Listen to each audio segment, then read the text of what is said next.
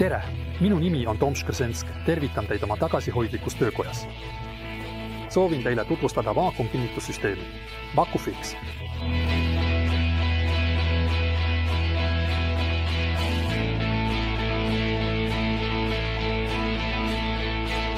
Ükski töökoda, olgu see siis hobitöökoda, professionaalne või isegi tööstusettevõte, ei saa hakkama ilma mingisuguse kinnitussüsteemita, detailide kinnitamiseta. Igas töökojas leiate kruustangid. Töödeldavat detaili saab kinnitada puusepa tööpingile, kasutada erinevaid mobiilseid laudu või kitsi koos liigutavate lõugadega ja loomulikult lugematul hulgal erinevaid klambreid. Kõigil neil kinnitussüsteemidel on üks ühine omadus, üks väike puudus. Nimelt see, et materjali kinnitatakse lõugade vahele, mistõttu on alati oht pinna kahjustamiseks. Vakufix. Vaakumkinnitussüsteem läheneb sellele täiesti teisiti. Kinnitusvahendi ja töödeldava detaili vahelisest ruumist eemaldatakse õhk, tekib vaakum ja see jõud hoiab seejärel töödeldava detaili kinnitusvahendi küljes. Vakufix-süsteemi süda on see keskne üksus, mille ühendate tavalise töökoja kompressoriga, mis peab tarnima vähemalt 120 liitrit õhku minutis. Alarõhu väärtust saate jälgida manomeetril ja kõrval olev graafik näitab, millise kompressori õhurõhu juures on alarõhk kõige suurem. See on 8 baari juures. Sel hetkel on alarõhu väärtus umbes -0,8 baari. Vakufix üksusel on pealt tugevdatud pind, nii et saame selle klambri abil kindlalt tööpinnale kinnitada. Kogu Vakufix-süsteem on väga lihtne. Push-in liitnike abil saate ühendada torudega üksikud äärikud erinevatesse kinnitustarvikutesse, olgu selleks kinnitusplaat, erinevad freesimismallid või imikuppadega kinnituskarkassid. Sellisel juhul saate kasu kvaliteetsetest komponentidest, näiteks Festo kaubamärgil, mida Unimax samuti pakub. Selleks, et Vakufixi tööajal ei imetaks mustust kinnitustarviku ja töödeldava detaili vahelisest ruumist, paigaldame imemisharule lihtsa filtri.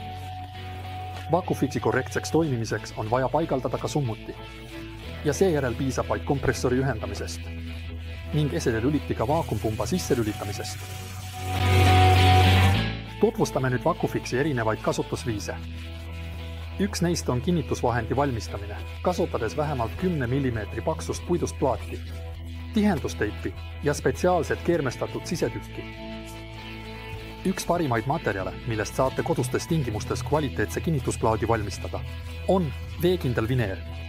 Mina valisin 80 mm paksuse, kuna see on piisavalt stabiilne vaakumi mõju vastu ja samal ajal on sellel üks külg siledast laminaadist, mis on mittepoorne. Keermestatud sisetüki avakinnitusplaadis saate puurida puuri abil. 80 mm läbimõõt ei ole väga tavaline suurus ja selleks, et ei peaks ostma spetsiaalset puuri, võite auguga freesida. Kui valite sobiva kombinatsiooni lõikurpuurist, soonfreesist ja kopeerimisrõngast, võite saavutada põhimõtteliselt mis tahes vajaliku läbimõõdu. Ava teisele poole kinnitusalust, sisestame keermestatud sisetükki ja kõige parem on see sisse lüüa läbi mingi puidust materjali. Kruvime juhiku koos sisse tõmmatava ühendusega mutrisse. Selleks vajame 12 mm võtit. Pöörame plaadi ümber ja sisestame filtri sisetükki, mis on komplektis kaasas ja mille ülesanne on takistada mustuse sattumist Vakufix-süsteemi kinnitusaluse ja töödeldava detaili vahelisest ruumist. Lisatud tihendusteibist lõikame ribad nii pikad, kui suurt kinnitusalust soovime. Teip on ühelt poolt, ise kleebu, see on vahtmaterjalist ja pealt kaetud sileda kihiga. Enne kleepimist puhastame pinna, et teibid hästi kinnituksid ja alustame kleepimist. Ribad kleepime omavahel nii, et need oleksid ühendatud ja nende vahel ei oleks ühtegi ava, kust vaakum võiks välja pääseda. Töödeldav detail asetatakse kinnitusalusele nii, et see kataks kogu teibiga määratud ala. Tänu sellele, et Vakufix seade pidevalt imab, suudab see väikesed lekked kõrvaldada. Laminaadi või lehtmetalli puhul on kinnitustugevus peaaegu -0,8 baari. Vineeri või täispuidu puhul, millel pole täiesti sile ja poorne pind, on kinnitustugevus veidi madalam. Sellegi poolest on see endiselt nii tugev, et materjali kinnitusaluselt eemaldamine on tõesti suur probleem. Alarõhu kinnitusalus on palju parem kui höövelpind koos klambritega. Teil on juurdepääs mitte ainult kogu ülemisele pinnale, vaid ka kõigile 4 servale ümberringi. Teine võimalus VacuFixi kasutamiseks on kinnitustarviku, näiteks raami, valmistamine ühe või mitme sarnase iminapa abil. Sellist raami saab kasulikult kasutada näiteks sileda plaadimaterjali käsitsemisel. Lisaks sellele, et alarõhu kinnitussüsteem vähendab pinna kahjustamise riski, on sellel ka muid eeliseid. Näiteks see, et see ei ole piiratud. Lõugade avamise suurusega ja sarnaste omadustega teoreetiliselt saate kinnitada ükskõik kui suure tooriku. Samamoodi nagu vaakumkinnitusega plaat saate valmistada freespinkide šablooni seeria tootmiseks. Ühest küljest suruge keermestatud sisetükk sisse ja teisest küljest kleepige tihendusteip. Šablooni valmistamiseks on hea kasutada kas väga kvaliteetseid, kõrge tihedusega vineeri või täispuitu. Ehitusvineer või puitlaastplaat on liiga poorne ja te ei saavutaks vajalikku vaakumi. Kõrgeima efektiivsuse, parima tiheduse ja suurima vaakumi saavutamiseks on hea töödetail. Enne freesimist siledaks lihvida ja tihendusteid puhastada, et see pinnale võimalikult hästi kinnituks. VacuFixiga ühendatud freesimismalli eeliseks on see, et saate töödetail ühe korraga ümberringi ära freesida. Ja kolmandaks, kuigi see kõlab uskumatult, saab VacuFixi kasutada ka pressimiseks. Selleks vajate sellist polüetüleenist varrukat, niinimetatud vaakumvõrku ja spetsiaalset mutrit koos seibiga. Kotti tuleb paigaldada ärik õhu väljalaskmiseks.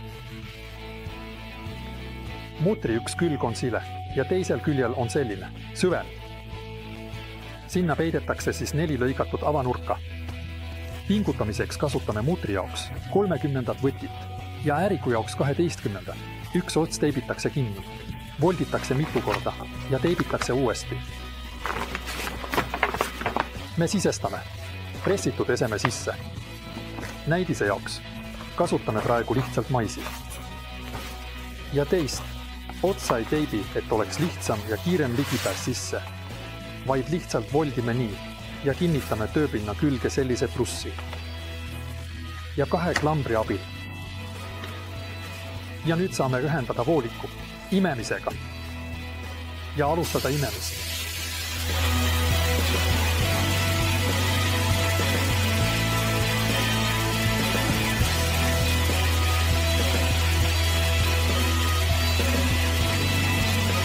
Tänu ühe otsa kinnitamisele plussi abil saame koti lihtsalt lahti rullida ja töödeldavat detaili vahetada. Meie puhul võtame maisi välja ja asendame selle mõne tõelise töödeldava detailiga ning teeme tõsise katse. Puhtalt hüpoteetiliselt peame liimima 2 plussi kokku. Mingil põhjusel ei taha me neid suruda klambritega ega höövelpingis, sest me ei taha riskida nende pinna kahjustamisega või vajame ühtlast survet. See pressimismeetod sobib ideaalselt näiteks profiiliga köögiuste fooliumiga katmiseks või hingamiseks. Saame aidata liigse õhu väljasurumisega. Viimati kontrollime plusside omavahelist asendit ja saame VacuFixi sisse lülitada.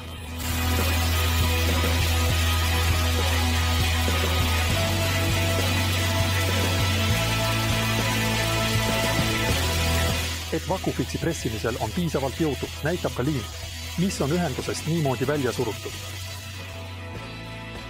Ja lõpuks veel üks suurepärane uudis. Alarõhu kinnitussüsteemid olid enamasti saadaval ainult tööstusettevõtetele või professionaalsetele töökodadele. VacuFixi süsteem on kõigile, seega ka näiteks hobitöökodadele. Kui otsustate oma töökojas kinnitamisvõimalusi alarõhusüsteemiga laiendada, siis VacuFixiga te kindlasti ei eksi. Jätan teiega hüvasti hüüdlausega kinnitamine õnnestugu ja ootan teid järgmises videos.